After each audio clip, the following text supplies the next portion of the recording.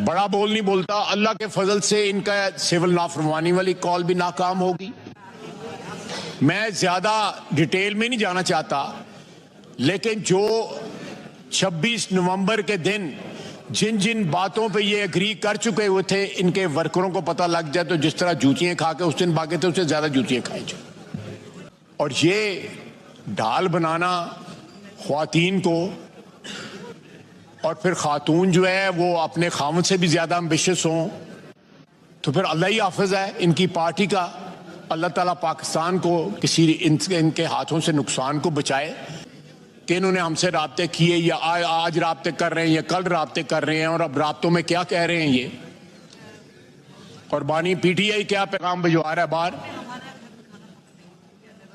खुदा का वास्ता है, सुबाइयत या लिसानियत या इस मुल्क में कोई ऐसे बीज न बोएं